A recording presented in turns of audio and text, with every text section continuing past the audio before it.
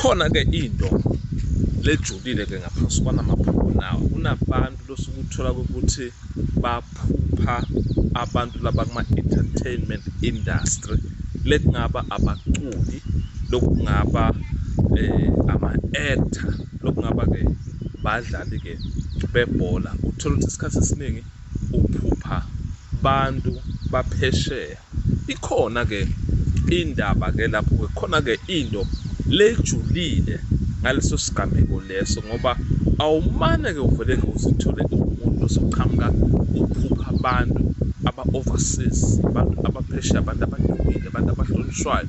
Abanye ize lento ibathathe ibabeke esigabeni sokuthi-ke baphuphe ngisho nabantu laba abaholi, abantu abama-president, abantu abazinkosi, abantu ababusayo, abantu abalawula abantu, abantu abahola abantu. Ikhona-ke into-ke lejulile ngokuthi-ke ube ngumuntu lophupha leyo nto leyo, ukungabi-ke yinto loyithatha kancane.